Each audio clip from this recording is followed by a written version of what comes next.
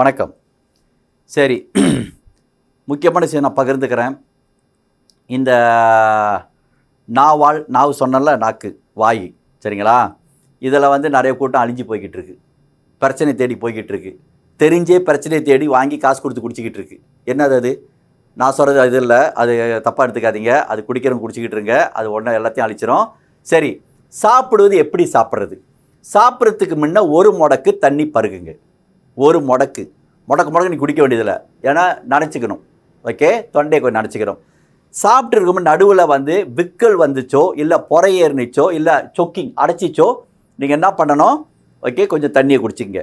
சாப்பிட்டு முடிஞ்ச பிற்பாடு வாயை கொப்பளிச்சுட்டு ஒரு முடக்கு தண்ணி தான் நீங்கள் குடிக்க வேண்டும்.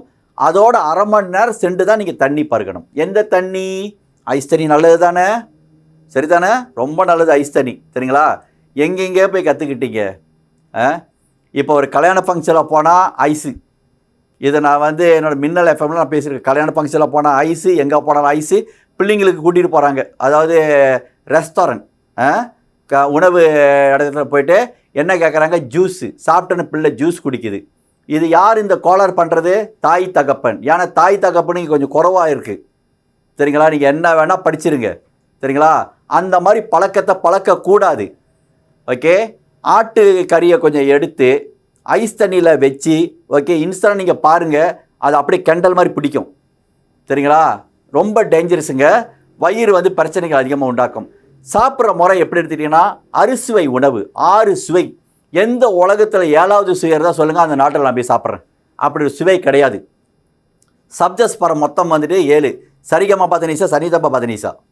அது வந்து இந்த மியூசிக் போடுறாங்களா அவங்களுக்கு தெரியும். அறுசுவை. ராசியில் மொத்தம் 12, நட்சத்திரம் மொத்தம் 27, நாளால் வகுத்தா 108. இது இறைவன் மனிதனுக்கு கொடுத்தது. இது போயிட்டு 13வது ராசியில் நான் பிறந்துட்டேன் அப்படி எங்காச்சும் இருக்கா? 7வது ருசுவை நான் என் வீட்டில் செஞ்சு வச்சுருக்கேன் அப்படி எங்காச்சும் இருக்கா? கிடையாது. எப்படி போட்டு எண்ணாத்த ஆக்கினாலும் வந்து அறுசுவை. 6 சுவை நான் எடுத்தேன்னா உப்பு, உரப்பு, இனிப்பு, துவர்ப்பு, கசப்பு, புளிப்பு, சரிங்களா? 7வது சுவை ஒன்று இல்லை. அப்போ சித்தருங்க என்ன சொல்கிறாங்க? அறுசுவை நீ வந்து கரெக்டாக சாப்பிட்டியா, எந்த ஒரு விட்டமின்ஸ் உனக்கு தேவையில்லை. ஏன்னா எல்லா விட்டமின்ஸும் அறுசுவைக்குள்ளே தாங்க வருது. இப்போ விட்டமின் சி எடுத்துங்க, புளிப்பாக இருக்கா இல்லையா? துத்தநாதம் எடுத்துக்கிட்டிங்கன்னா ஜிங்கிடுவாங்க, சரிங்களா? மினரல்ஸ், ஓகே, அது துவர்க்கும். எல்லாமே அதுக்குள்ளே தானங்க அடங்குது, சரிதானே? அப்போ அறுசுவை எப்படி சாப்பிட்றது? இப்போ இந்த மாடர்ன் சாப்பாடு சாப்பிட்டு உட்காந்துருக்காங்க பாருங்கள். இப்போ எல்லாம் டீனேஜ், இந்த கிரேப் ஃபுட்னு சொல்லி வந்தவொடனே எல்லாம் இது பண்ணிடுது. ஓகே, இந்த பர்கர்னு ஒன்று இருக்குது. அப்புறம் வந்து பேரெலாம் சொல்ல நான் விரும்பலை, ஏன்னா இப்போ அந்த கம்பெனி எனக்கு பிரச்சனை கொடுக்கும். ஓகே, அப்புறம் குடிக்கிறதுக்கு ஒரு பானத்தை ஒன்று கொடுப்பாங்க. ஓகே, அது ஒரு ஆரோக்கியம் கிடையாது. தொடர்ந்து இது நீங்கள் உடம்புல போட என்ன பண்ணும்? அதி பிரச்சனை. மெயின் ப்ரொடக்டிவிட்டி வந்து உங்களோட ஸ்டமக். இங்கே குடல் அடி வாங்க ஆரம்பிச்சிச்சின்னு வச்சுக்கோங்க. பைல்ஸ் என்ற கூடிய, அதாவது எமோராய்ட்னு சொல்லுவாங்க, இதில் மூலம் வர ஆரம்பிச்சிடும், மலச்சிக்கல் உண்டாயிரும். உங்களோட குடலில் எல்லாம் வந்து உள்ளுக்குள்ளே வந்து அந்த ஃபொலிக்குல் ஸ்ட்ரக்சர், ரெண்டாவது வந்து அந்த நியூக்ளியஸ்ன்னு சொல்லுவாங்க, சரிங்களா? அது எல்லாம் உள்ளே இறுக ஆரம்பிக்கும். அந்த நியூக்ளியஸ்ன்றது வந்து தெரியுமா? நியூக்ளியஸ்னால் என்னதுன்னு? நியூக்ளியஸ் அதுக்கு பேர் வந்துட்டு டைரியா போகும். டைரியா போக போக ஒரு வாட்டி, 3 வாட்டி, 4 வாட்டி, 5 வாட்டி, 6 வாட்டி போனோடனே ஜெல் மாதிரி ஒன்று வெளியாகும். அது வெளியான பிறகு இடுப்பில் ஒரு மாதிரி கடுக்குங்க. அதில் அந்த அதிகமாக டைரியா போனவங்களுக்கு தெரியும் ஆட்டோமேட்டிக்காக. ஓகே, அப்புறம் வந்து ஓவராக போச்சுன்னா ஐபிஎஸ், இரிட்டல் பவுல் சிண்ட்ரம்ஸ்னு ஒரு நோய் ஒன்று வரும். சாப்பிட்டு டாய்லெட் போயிடுவாங்க. சாப்பாடு முடியாது, பாதி சாப்பிட்டு இருக்கும்போது கை கழுவி டாய்லெட் போட்டு திருப்பி சாப்பிடுவாங்க. This is called IPS. இது எல்லாம் வந்து வயிற்றில் உருவாகக்கூடிய எசிட் ரிஃப்ளாஸ். எசிட் அதிகமாகி அங்கே இருக்கிற குடலோடைய தன்மையெல்லாம் வந்து வெந்து போகுது, நொந்து போகுது, சரிங்களா? அப்புறம் அல்சர் வருது.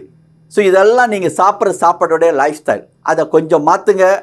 எப்படி சாப்பிடணும் எடுத்துக்கிட்டிங்கன்னா, நல்லதை நல்லா சாப்பிடுங்க. சாப்பிடும்போது யார்கிட்டையும் பேசக்கூடாதுன்னு அந்த காலத்தில் எங்கள் அப்பா அடித்து வளர்த்தாரு. சாப்பிடும்போது பேசாமல் யார்கிட்டையும் பேசக்கூடாது. எனக்கு வைத்தியம் படிக்கும் போது தான் ஏன் எங்கள் அப்பா அடித்து வளர்த்தாரு, ஏன் பேசக்கூடாதுன்னு சொன்னார் எடுத்துக்கிட்டிங்கன்னா, சாப்பிடும்போது நன்றாக மென்று சாப்பிடணும். இன்றைக்கி ஒன்று சாப்பிடுது எடுத்துக்கிட்டால் அது அப்படி அது வாயில் போட்டு இங்கே நான் பார்ப்பேன் சீப் எத்தனை வாட்டினு 1 2 அப்படியே மலைப்பாம்பு அப்படி முழுங்குது. அப்படியே மலைப்பாம்பு எப்படி முழுங்கிட்டு இருக்கோம்? 3 ஜென்மத்தில் அது மலைப்பாம்பு போல், சரிங்களா? ஓகே, சாப்பாடை நன்றாக மென்று சாப்பிடணும். நன்றாக மென்று சாப்பிட்டிங்கன்னா இந்த டைப்டிங்னு சொல்லிட்டு உட்காந்துருக்கீங்க, அது கிடையாதுங்க. ஓகே, ஜீரண சக்தி நல்லா வருங்க, மலச்சிக்கல் பிரச்சனை இருக்காதுங்க. சரிங்களா? அப்புறம் சாப்பாடு கீழே சப்பளங்கள் போட்டு தாங்க உட்காந்து சாப்பிட்டா இனிப்பு நின்ற நோய் வராதுங்க. ஏன்னா சாப்பாட்டு ஆசனம். சரிங்களா? எல்லாமே எடுத்து உரைத்துட்டாங்க சித்தர்கள். ஓகே, நான் ரொம்ப ஹம்பலாக உங்கள்கிட்ட கேட்குறேன், சாப்பிடும்போது தயவு செய்து ஐஸ் தண்ணி குடிக்காதீங்க. இன்றைக்கி நல்லா இருக்கும், நீங்கள் யாங்காக இருக்கீங்க, உங்களோட மெத்தபாலிக் இம்யூன் சிஸ்டம், ஓட்டோமியூன் சிஸ்டம், ஓகே, ஒரு காலகட்டத்தில் இதெல்லாம் உங்களுக்கு திருப்பி அடிக்கும். சரிங்களா? அது அப்படியே உங்கள் பிள்ளைங்களுக்கும் பழகுங்க. கொஞ்சம் நீர் பருகும்போது கொஞ்சம் வெதுன்னு நீர் பருகுங்க. அதிகமான உரப்பு உட்கொள்ளாதீங்க, ஒரு மீடியமாக இருந்தால் போதும். கலரு சம்மந்தப்பட்ட சாப்பாடு வேணாங்க.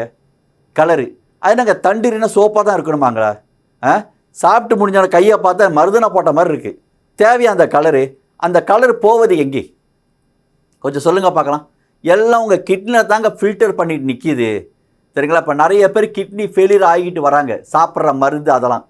ஓகே, என்னோட ஹம்பிள் ரிக்வெஸ்ட், ஆரோக்கியமுக்கு உட்பட்டது வேறு எதுவுமே கிடையாது. இங்கிலீஷில் அழகாக ஒரு வார்த்தையை வச்சாங்க, health is a wealth. Health போச்சு, ஓகே, வெல்த்து போயிடும். அதனால் உடம்பு நல்லா பார்த்துக்குங்க, நல்லதை நல்லா சாப்பிடுங்க. ஓகே, ஆரோக்கியமாக இருங்க, நல்லா கிக்கு புக்கு நல்லா சிரிங்க. வாய் விட்டு சிரித்தால் நோய் விட்டு போகும். சரிங்களா? என்று சொல்லி விடைபெறுகிறேன். நன்றி, வணக்கம்.